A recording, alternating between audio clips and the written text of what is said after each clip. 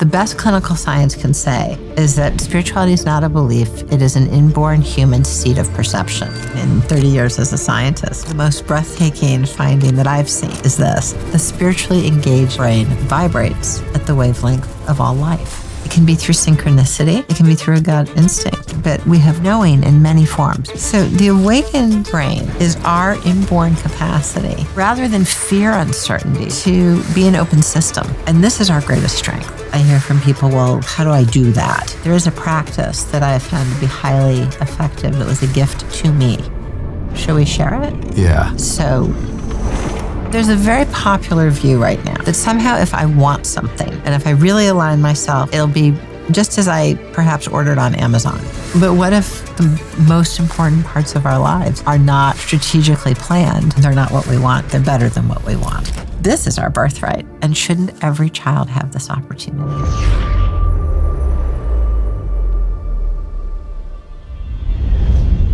Hey everyone, welcome back to Know Thyself. Our guest today is a professor and founder of the Spirituality Mind-Body Institute at Teachers College in Columbia University. She is a graduate from Yale, one of the leading national experts on health and spirituality and the rising, emerging understanding and consilience between science, our brain, and spirituality.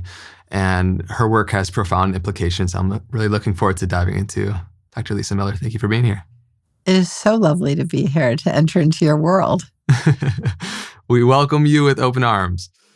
How do you define spirituality? Let's start baseline. Well, if I put on my scientist hat, I would say that the most judicious thing to say as a scientist is that scientists can only identify threads of lived human spiritual life, not define spirituality all told. But we are quite accurate in showing what dimensions of lived human spiritual life exist, have innate biological underpinnings, have profound consequence onto the rest of our lives, and change over the course of our lives. So to that avail, I can say of the many dimensions studied by scientists, the two that are innate, profoundly life-changing, and evolve over the course of our lifespan are a deep transcendent relationship. What we call that may change across cultures, traditions, faith traditions, but we are all born with an innate capacity for a transcendent relationship. And the second dimension that is all of ours is that just as we might feel the presence of the universe or God, Hashem, whatever our word is, in our own lives, we feel that ultimate love towards one another. Relational spirituality. Whether or not I've ever encountered one day of religion in my life, every single one of us, 7.2 billion people on earth, are all spiritual beings when it comes to the inborn capacity for transcendent relationship and that presence, that felt awareness of God or the universe in one another and in earth. That felt experience of our oneness is that the taste of that, the experience of that, I think transforms us on contact. And right now we live in perhaps one of the most individualistic cultures that has ever existed. And we're seeing the effects of that in real time through depression and mental illness. Could you share any context for just how bad and disconnected it currently is right now on the planet? Well, you've hit the nail on the head. If you want to, look across the past 100 years, we've never had a time where suicide was as pervasive and as shockingly prevalent amongst young people. The rate of death by suicide has become the number one killer of Gen Z. So it's not cancer, it's not COVID. It now rivals auto accidents as the most likely way that a young person will die. Someone in high school and that college, it's now pressing down into middle school. So that was simply not the case. And if we track over the decades, how did we get here? The ascension of the diseases of despair in general, addiction, depression, but foremost suicide, goes hand in hand with the attenuation of spiritual life. And in particular, as you opened, collective spiritual life. So what's the antidote? If I said, here's a pill, it'll fix it, right? We do have the antidote. In a meta-analysis, so a study of studies, you round up all good studies, tragically 2,000 completed suicides and 5,000 matched controls. There was an 82% decreased relative risk of completed suicide, 4/5, less likely to take our life, when spiritual life is shared in the Sangha, shared in the Minyan, fellowship, the squad. So we could do this. We could do this starting this evening. We could engage one another, come together, and not just have the two of us in the room, but welcome in ultimate presence in and through us. Some people say the third presence. I would call it the first. Our faith traditions do this. It's immediately available to us. Shall we? Yeah. I'm curious, when we use the word spiritual or spirituality, how do you discern, I suppose, what materials would say you could boil down to biochemical kind of reactions? When you're using the word spiritual, do you ever refer to metaphysical, non-material realities? Because I know so much of your work has been bringing forth what feel like metaphysical experiences into understandable brain chemistry and kind of bridging the gap between the two. Oh, that's such a magnificent point. So we certainly can track the neural correlates in our brains of transcendent relationship.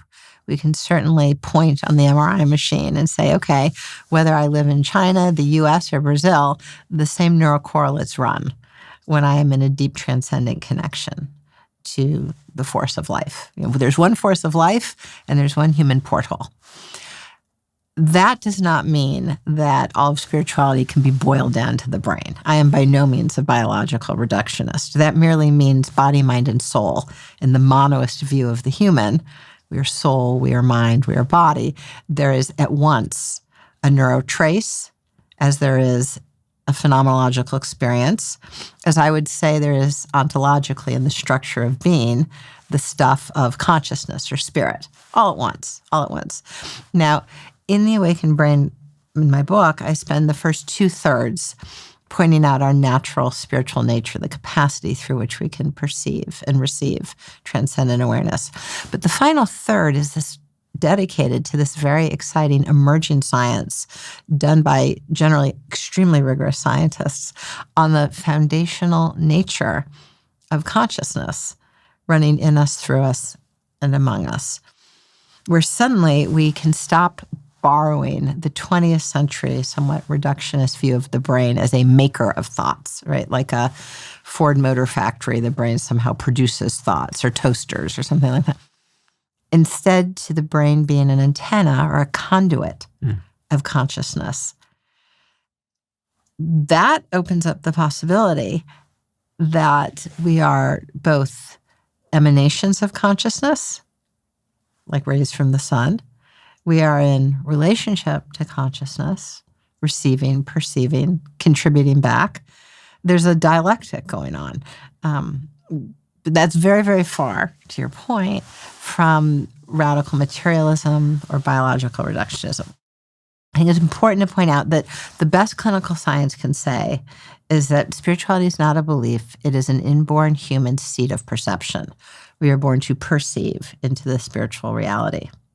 And that's where clinical science stops. And then we can pivot and say, how does the brain, what is our evidence that the brain is connected beyond the brain in the box, beyond the atomistic limits of the skull? And there's a cascade of magnificent research going on. May I share one of my favorite studies? Please, yeah. Perhaps my favorite study is really a founding study of what we now call post-material psychology. Post-material meaning a consciousness-based psychology. And it was done by Achterhoff. Achterhoff invited a traditional indigenous healer to be in one MRI machine.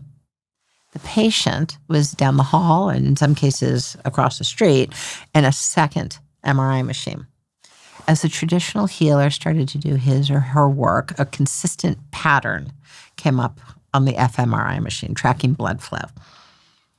Within an instant, the same pattern came up on the MRI screen of the patient, implying one thing, consciousness, in two places. The material footprint is what shows up on the MRI. How do we understand that? One thing, consciousness, healing consciousness, I would say spirit, in two places. Well, there's several explanations, but one of them is that there's a send and receive between the healer and the patient at a distance, that the brain is a form of an antenna or a conduit. But I think that it's very dangerous for the new consciousness-based science to make the same mistake as the materialist science of the 20th century, which is really to claim radical anthropocentrism, that we are in the center, sending consciousness back and forth. From whence does consciousness come? Well, no one really answers that, but it's kind of suggested that we make consciousness, or we're the king and the queen. It seems to me that if we're really on a search, that we shouldn't feel nervous or somehow out of fashion to step out of the outdated vogue of radical anthropocentrism. And let's build a science built around source, that there's a source of consciousness. I say God, you use your word. Yeah. I love the invitation to just reminder to not make the same mistake that the materialists, reductionists have in the new emerging science. And yet the pendulum has swung one way, and we're seeing a lot of emerging science, discussions around non-locality of consciousness and quantum entanglement and these things that point to our interconnected nature that are really important to discuss, because right now we're run largely by this materialist notion of reality and mainstream understanding of science. And so... Can I say one thing about that? Yeah. So there's a very popular view right now in mainstream culture that somehow if I want something, which is really a hedonic perspective, I would like to lose weight. I would like to have a child. Is this what you refer as the achieving mind in your book? Yes. I want something, right? And taken at the level of consciousness, I'm going to send that out and it's going to come back. And if I really align myself and I really send it out, it'll be just as I perhaps ordered on Amazon, right? And that's a very limiting journey, because what I want is only based on today's information backwards. It's all historically driven. Your memory. Yes. But what might be in store if I'm in a dialogue with the force in life or the oneness of all being, seeing what unfolds before me, has information that I've yet to discover. So giving up what I want should be a relief. And instead, life is this grand spiritual adventure. Who knows who's going to come around the corner next? How amazing what's in store for today. You never know. But it's better than what you think you wanted. Even if it's distasteful or hurts, it's better. I think coming to terms with the impermanent nature of existence and reality, how each moment is, whether or not we want it to, unfolding in a mysterious way. Like we don't know what's going to unfold next, right? And yet, like you're talking about this pervasive kind of psychology of planning existence to a T and controlling it and try to Amazon order our relationships and career. And you're inviting the embracing of spontaneous existence, the awakened mind. Yes. And so let's kind of go into a little bit too, because the surrendering to the reality that each moment is like unknown. And if we want to experience a life greater than we could ever imagine, then it has to, by virtue, literally happen outside of our stored base of memory and of what we have known, So magnificent. Yes. Yeah. So now embracing and what is the awakened mind in your experience and how you've studied it? So the awakened brain is our inborn capacity to be an open system. And each day, I don't know what's going to happen. Each day, I can't control what's going to happen, which is simply an ontological fact, or I cannot control what's going to happen. But rather than fear uncertainty, rather than be frustrated I don't have control, or that I let this ball slip out of my hand, or I didn't get him or her or them or that job, what is life showing me now? what is the universe revealing to me now? It can be through synchronicity and seeing the patterns laid before us, the guideposts. It can be through a dream or a mystical experience. It can be through a gut instinct. But we have knowing in many forms. We have many inborn organic epistemologies. We're intuitives, we're mystics, we're logicians and empiricists. When I really open my awareness to be an open system and receive and perceive God's guidance, the universe, direction, that's sure footing. That's not risky. That's certainly not airy-fairy. That's the most sound bedrock I could be on. So shouldn't we be teaching our kids that in school? I mean, I sat around in school waiting to talk about this for 20 years. The first 20 years. How amazing for a child to learn your life is a grand, sacred adventure. You don't know where you're going and you don't need to. It's not about some pre-chosen, predetermined terminus. It's about this discovery that you are on. And what's certain is that you can be rooted in a stance of quest. You can be rooted as an open system in dialogue with the universe. Fear not. Yeah. And we simply just don't know what we don't know, right? These latent perceptual faculties that we all have, but have for various reasons been shut down, ignored, shamed. What do you feel are those innate perceptual capacities that we simply have overlooked societally? That the child already has. Yeah. And so just as a sidebar, if I'm a parent in my 30s or 40s, my greatest opportunity is to allow my child to flourish in their natural birthright, to not shut down and tell them that experiences aren't real, whether by omission or commission. And the second greatest opportunity I have is that the natural spirituality in the child will reawaken me. That's really a powerful point. I was just with a friend who she was playing chess with her kid who's like 6 or 7.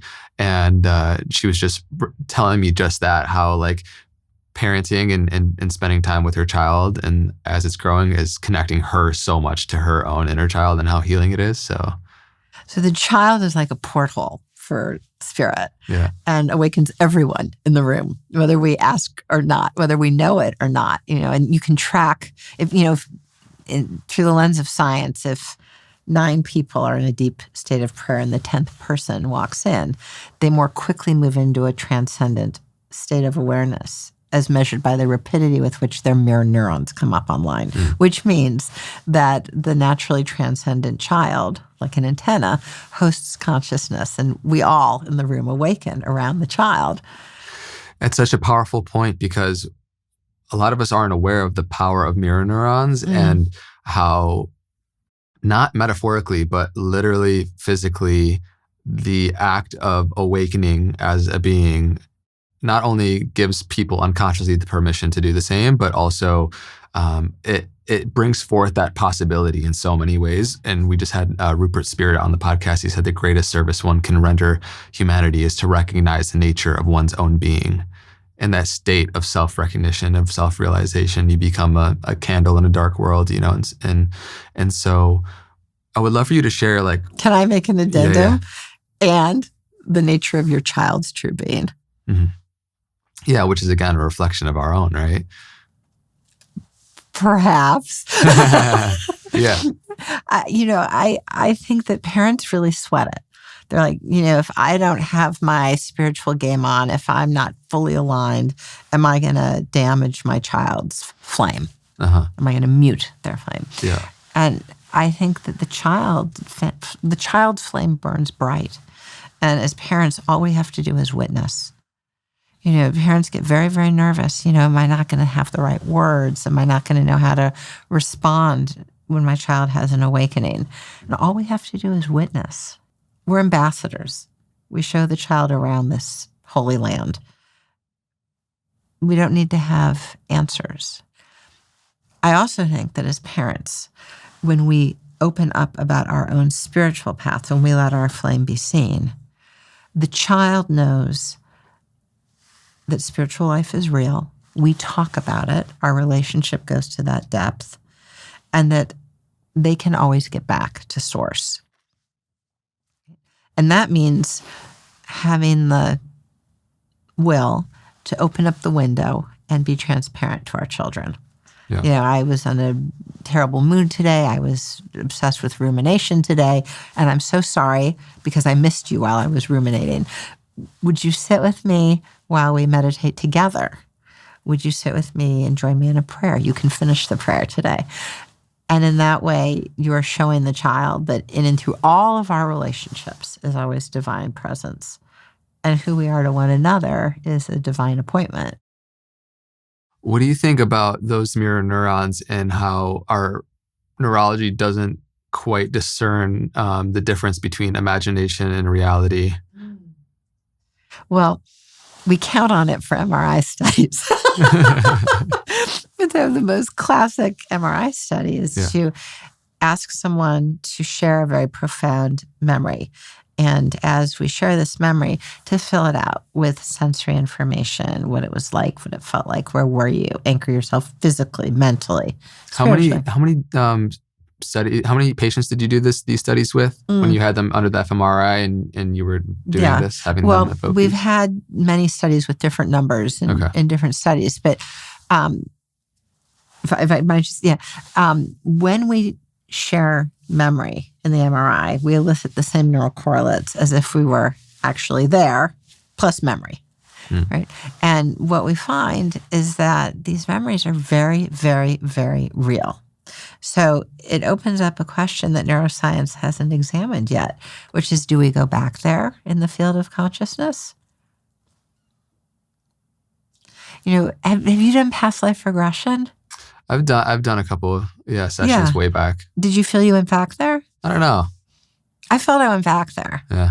It was very, very real, and it was different than telling a story or a memory from this life. Yeah. When I did past life regression, there was a cadence and a momentum to the experience that had a life of its own. There was a real sense of consciousness moving through my landing pad of a brain, not a constructivist sense of coming up with a story or filling in a story or connecting the dots, but really of receiving, a horse on fire. Like it really tore through.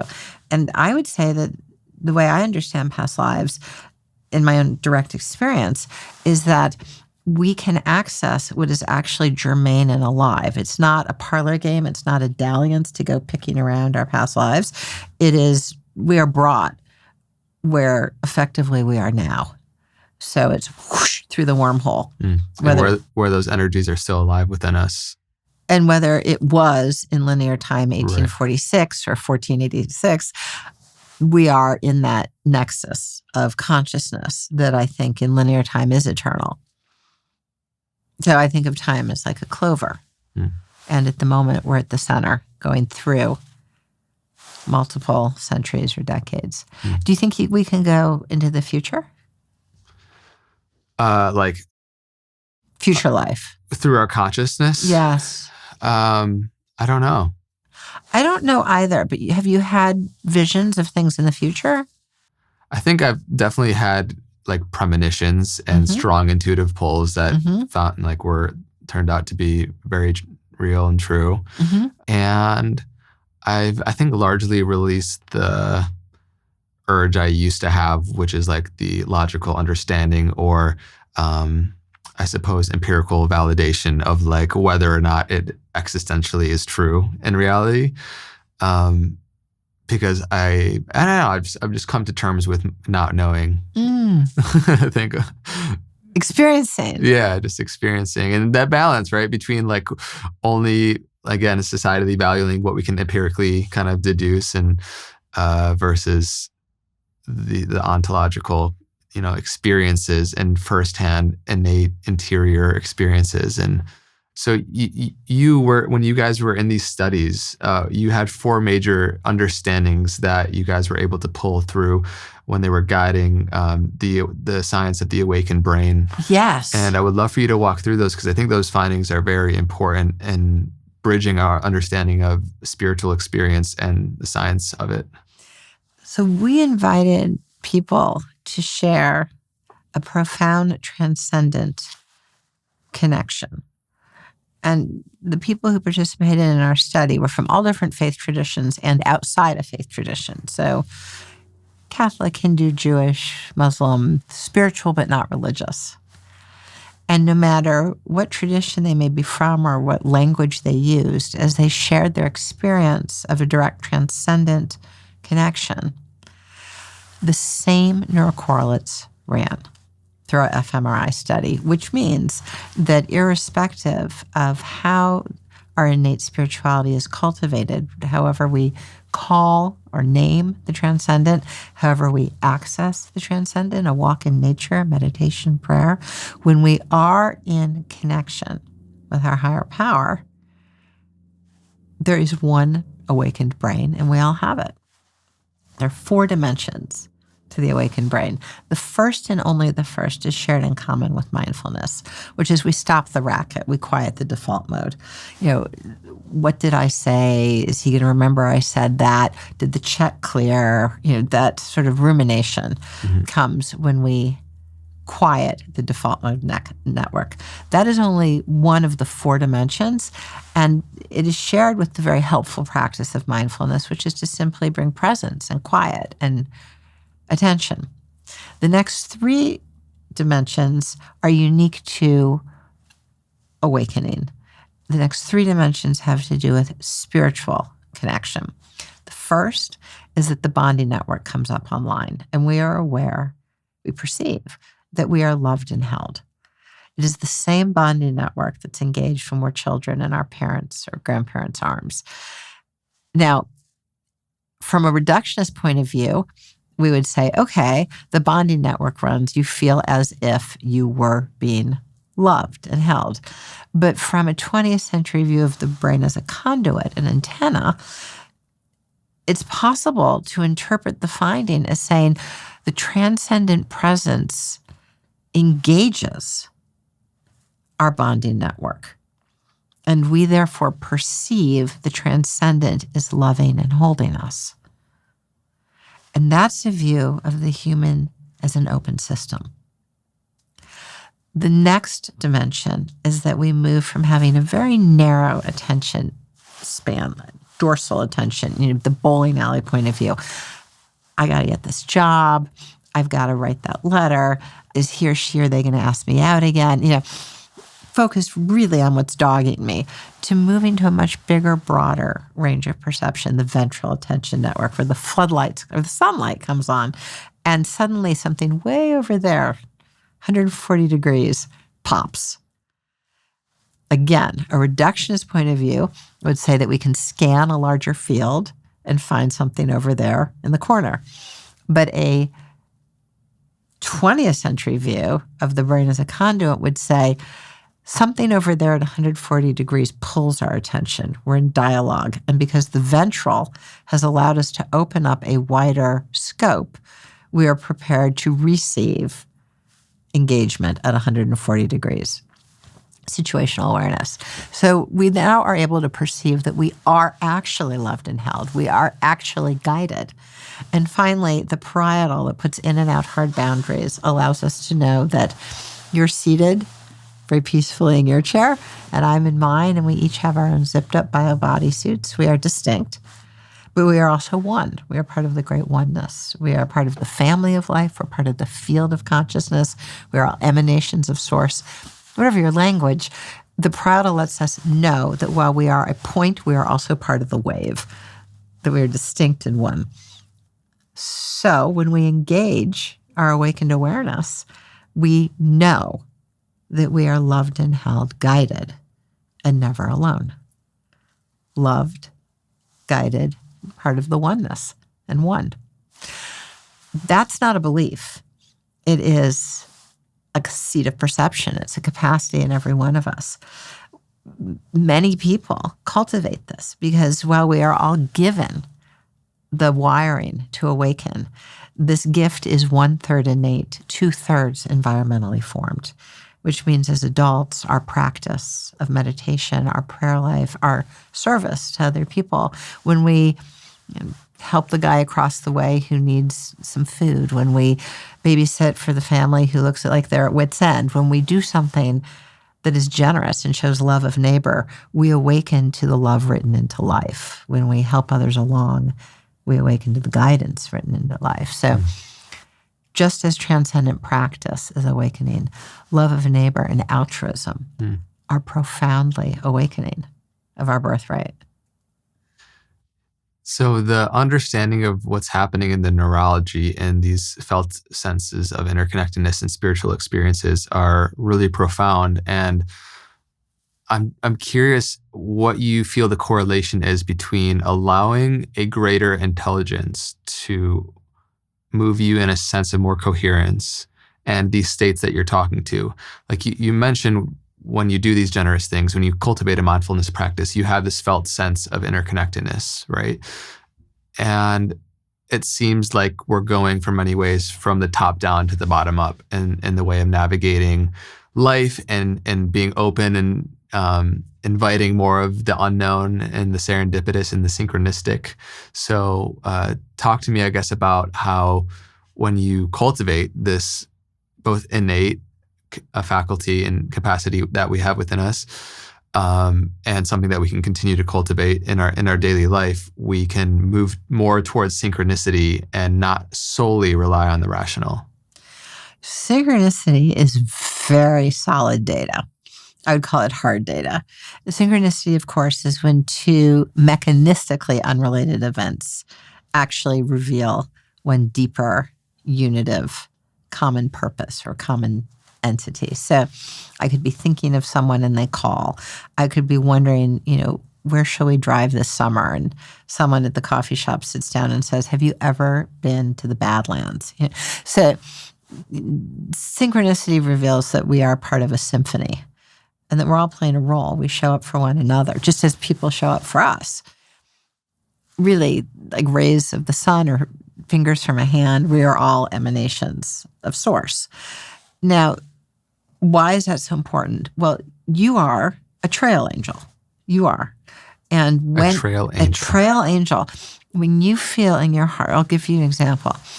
Have you ever felt compelled to say something to someone? You don't know why, you don't know where it came from, but you felt compelled to say it. Yeah. Will you share the story? Oh, wow. There's actually a lot that come to mind. What you said, how they responded. Yeah, I think the more that I've just become sensitive as a human being, I can, sense the underlying energy in which words come from or, the unspoken things within somebody's life. So I've also, I think, just dialed in more with like pattern recognition and like whether it's supporting a friend who's struggling with something and being able to, while the main focus of what the perceived problem is right here, seeing the link of the pattern of where it's actually a deeper underlying thing that needs our attention. So there's innumerable examples while being in conversation with friends where there's something that feels like, whether it's a subconscious capacity for pattern recognition or a greater intelligence connection to Source that's moving through me, perhaps it's all the same thing. But you count on it. Yeah, Has it ever gone wrong?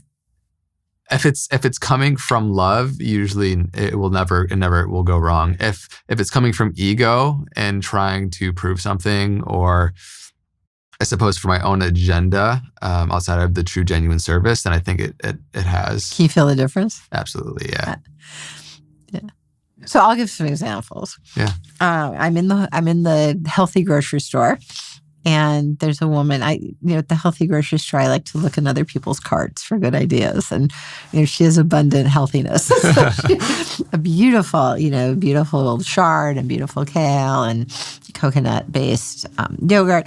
And I look at her, and there's something 20% sad or distant, I can't identify. But what comes through me, what I feel told to say is, you look so healthy. You are so healthy. So I deliver the message. And the woman bursts out crying. And she says, I have cancer. I'm starting chemotherapy tomorrow. Her eyes full of tears. And I said, well, they're going to take it out.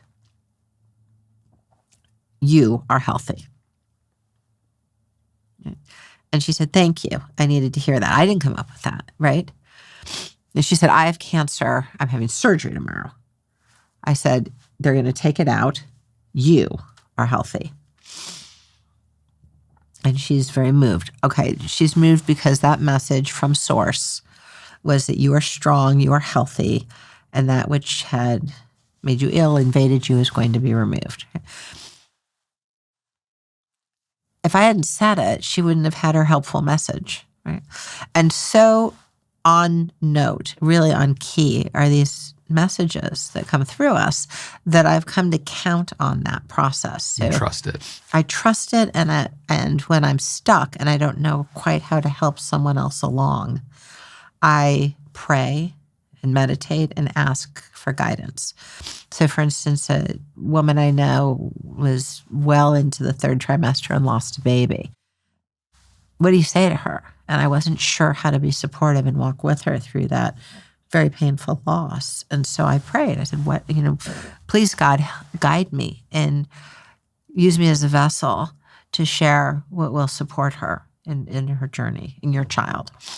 And sure enough, and we're all built this way, the right words come. And I see her then a few weeks later, and she said that those words on your note, they were exactly, I read it to my husband many times, what we needed to hear. So God sends us working for each other. The universe has this beautiful symphony, and we're all in it. The cultivation of the trust for both supporting other people, but then also for our own life's journey it's such a freeing sensation to know that you're never alone. Like you always have that felt sense of connection to something greater. And I think it's Terence McKenna that has the quote. He said, the secret to life is you hurl yourself into the abyss and realize it's a feather bed. Wow. And there's just there's this free fall into the unknown of life. You're caught. Yeah, and you're held, which is beautiful. Loved and held. Yeah. There's sometimes people will say, I don't know how to receive.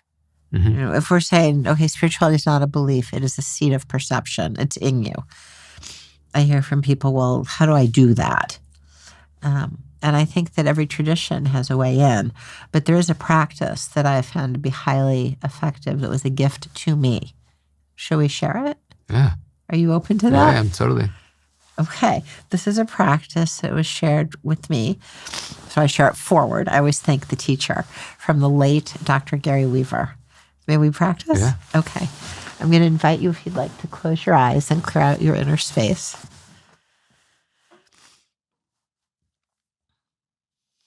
If you would, 5 breaths.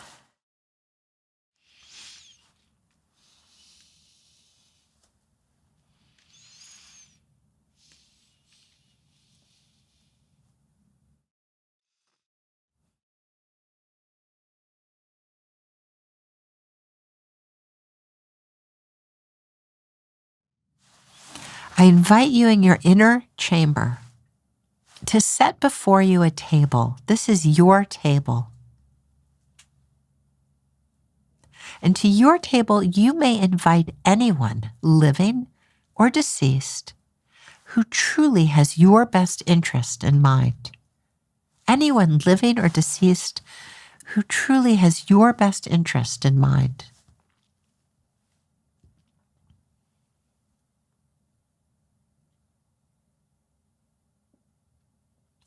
And with them all sitting there, ask them if they love you.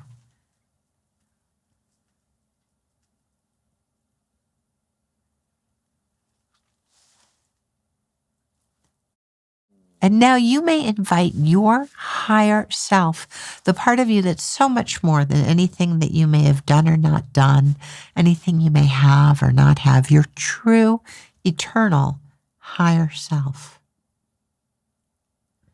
And ask you if you love you.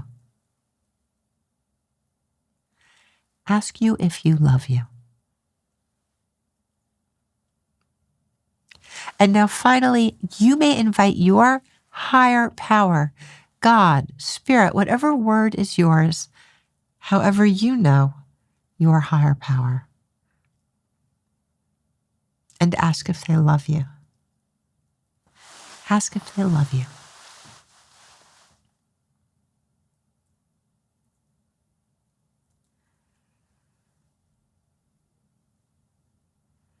Now, with all of these people sitting here right now, what do they need to tell you now? What do they need to share?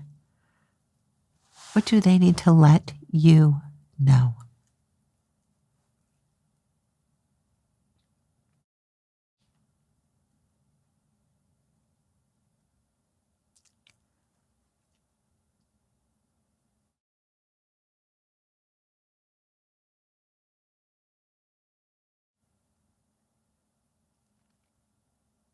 And when you're ready, I invite you back.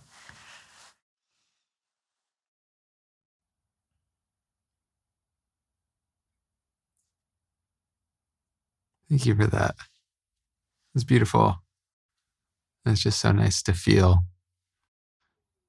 the many human beings that are in our lives, alive or dead, that we can feel held and supported by. That I feel held and supported by, and just like so much gratitude for. I think sometimes we think non-physical angels or people that are like not in bodies, like those are like the spiritual beings to connect with, and there's so many examples of the physical human angels that are in our life that want to support us and love us and want to see the best for us. So that was beautiful. Thank you for sharing. Was there someone who surprised you or you particularly enjoyed sitting at your table? I mean, there's a lot. Yeah, there's from my family to previous mentors and brothers and friends of mine. Yeah. You had a big table. Big table, yeah. Lovely.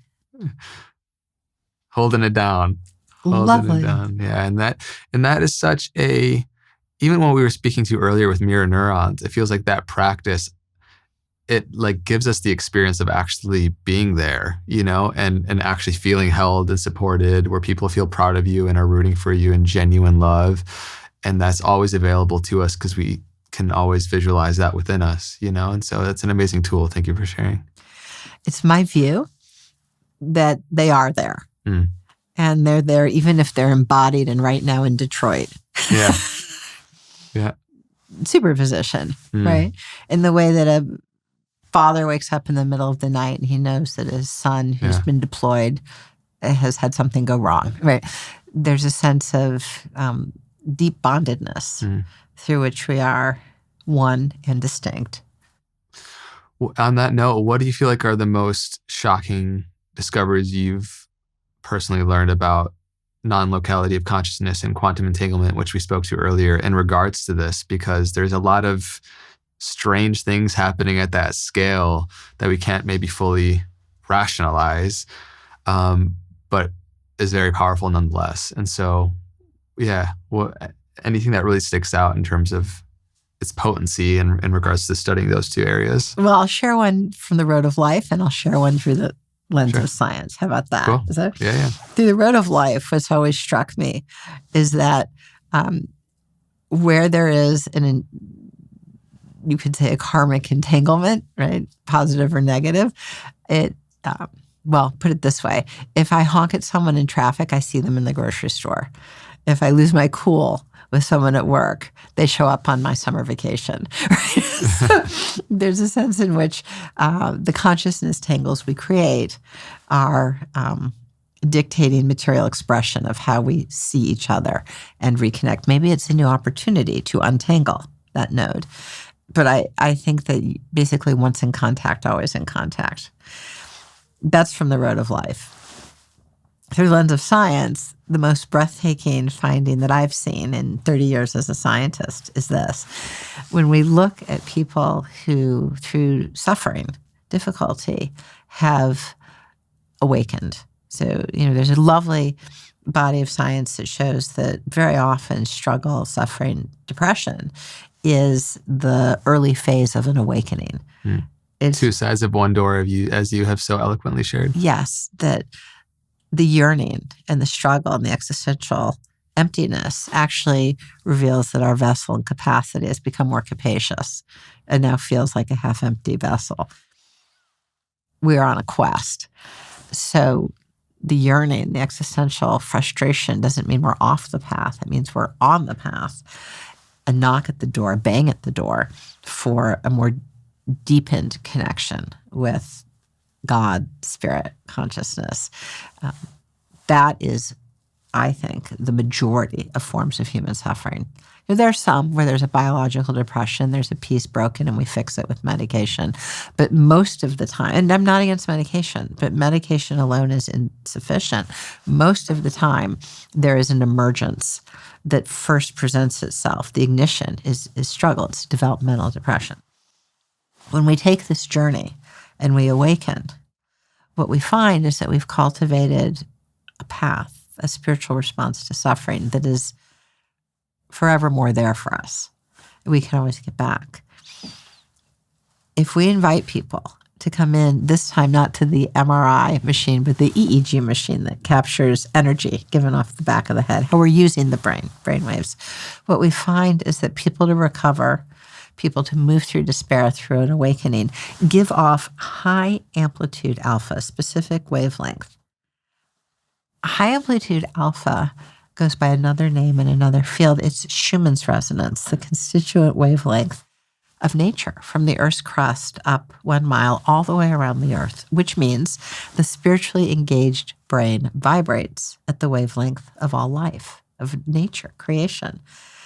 So the kingdom, Eden was not long ago and far away. It's here now, and it is a choice to enter through our seat of being. And we readily then have available to the felt oneness is mirrored by the oneness of wavelength. That to me is the most beautiful finding in science. So powerful. And there's a part in this book, The Awakened Brain, that I really love. So this was advice Howard Thurman that you quoted gave to someone who was struggling to make a decision and desperate for guidance. And Thurman wrote a letter. His handwritten response said, "You're like a little boy under the Christmas tree who has so many gifts, he doesn't know which one to open first. The main thing is, you must wait and listen for the sound of the genuine which is within you. When you hear it, that will be your voice, and that will be the voice of God." And it feels like when you're in those moments of depression, despair, where you're speaking to awakening is the other side of the door, and making space for silence to discover that which is genuine within you to emerge is it's our primary task, is to make space and see what's trying to emerge from within us. And I know you've really shown so much of that and experienced it obviously in your own life, where those moments of depression eventually gave birth to some of the greatest gifts in your life. Would you agree? I would say that depression forced me to go deeper on the spiritual path. That was certainly my experience. My husband and I struggled for years praying and hoping for children. It was profoundly, we had the jobs we wanted, we had the friends we wanted, we had the home we wanted, and it all felt empty and for naught in our lives, in our path for us, because we wanted to be parents. And one can, if you will, try to conceive, but humans cannot make conception, right? There has to be the breath of life.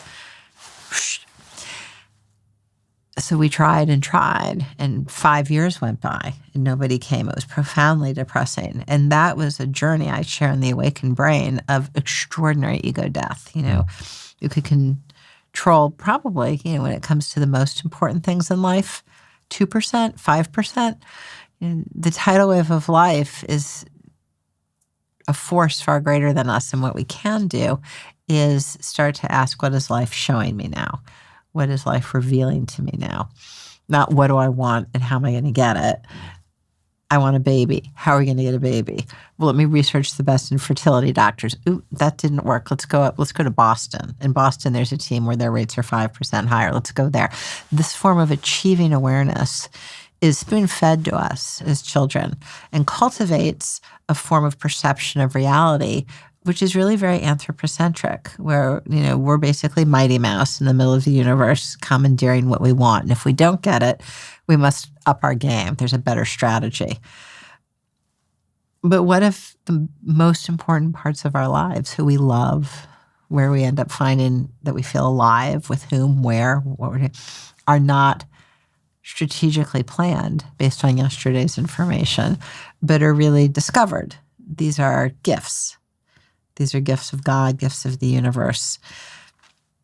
They're not what we want. They're better than what we want. And perhaps in kind of getting close to wrapping up here, you really talk so beautifully about the integration between both achieving and awakened mind. And in so many ways, and I've heard you actually share that we've been educated out of our spiritual awareness, and so a lot of us have to do more work in the building of the relationship with the awakened state and those perceptual capacities. And then there's a cohesiveness and integration with that achievement kind of a mind and the rationality. And as we're riding this wave of life, we, with our intention, kind of carve out the tail, kind of the direction we want to go. But then you're inviting this kind of open palm to see what you want to receive from life as well. And so what have you learned about the importance of the integration of kind of both understandings? We need both achieving awareness and awakened awareness, and to use them in tandem. So I can ask a grilling question through achieving awareness. What profession do I want to go into? Where do I want to relocate my family? How do I solve this algorithm? And plow through that logically, stepwise, and still not quite have a deep resonance that I've reached a solution. And when I feel stuck with my drilling pure logic, I can toss the question over to an awakened form of knowing. I can see if perhaps I have an intuitive response, or if in my dream life there's clarity and I wake up perhaps in the morning having traveled there and back with a certainty. There are other ways of knowing which are less cultivated than in our mainstream education system that are profound, surefire, hard data ways of knowing. Intuition, mystical awareness. The skeptic is always welcome. The skeptic can help drive this inquiry, but when we can bring into consort multiple forms of knowing, really multiple organic epistemologies, we develop a dialogue between ways of knowing. And this is our greatest strength. This is our greatest strength. We even see that people who walk through life receiving a mystical experience and then discerning its significance, or noticing a pattern in the universe empirically and then intuiting the deeper underlying truth. Myelinate the tracks between regions of the brain. We effectively pave the highways so that we are more innovative thinkers. We are more situationally aware. We are more creative. Yes, in our work, but most importantly in our lives. This is our birthright. And shouldn't every child have this opportunity? I feel definitely so. And I just think of how some of the most brilliant innovators in the past, like Newton, Edison, Gödel, they had metaphysical practices that would help them tap into that state. And then it's like you kind of receive the insight of whether it's innovation is something you're working on or the direction of your life. It really feels like the balance of both is how life can make the most of you in a way. And the awakened insight is indeed received. It is a receptive form of transcendent perception. Whereas often there's a more front-footed driving quality to empiricism or logic. And we need to bring both the receptive and the front-footed forms of perceiving and knowing into consort. Yeah. I found what you shared about Schumann's resonance just so powerful. And I think people that are listening to this podcast certainly strive for the cultivation to like that level of coherence in one's life, where you discover your own well-being, you find that alignment and coherence and, helping and serving the world. I know I definitely feel that on my path. And What are any last thoughts you have for arriving at that place, whether it's through practices, any insights that you feel like we haven't touched on yet, for people to embrace the awakened brain, mind, and life? Well, the deep rhythm of the universe is experienced by all living beings. So animals don't seem to miss a beat. I can say in my own path, when I'm feeling deeply aligned, when I am connected with the heartbeat of the universe, I am working in tandem with fellow living beings. And when I am feeling surly and out of step and not aligned, I am not working in tandem with fellow living beings. So if, in my meditation life, I'm too distracted to get down to it, in my prayer life, I'm not getting there, go outside to nature and let the animal be your guide. Let the animal be your teacher. Let the tree ground you into all infinity. Because they're always there. They're at your table. It's a really important reminder, and I've definitely found that the actual key to speeding up is slowing down, usually first in life. So thank you for sharing that reminder. And of course, the child will show up in step. Yeah. The spiritual child. Lisa, I've really loved our conversation so much. Me too. And with just our short time today, feel very connected from when you first came here. And I just really appreciate your presence in the world and the work that you're doing. It's just so needed, important, and is a powerful reminder for us all about our own innate power. So thank you so much. Thank you for being a wellspring that's bringing life to our society. Oh, thank you. I strive to be so. So to the degree I can contribute in that way, I appreciate it. Thank you. And very much.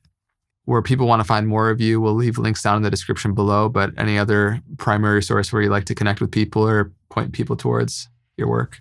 Well, on Instagram is where I share important discussions. It's dr.lisamiller. Great. Yeah. Everyone, thanks so much for coming out and checking out this episode on the Know Thyself podcast. Please, as always, let us know in which ways this was uniquely impactful for you. And there's a lot that was powerful for me that I want to continue to contemplate on. And Lisa, thank you so much. Until next time, be well, take care.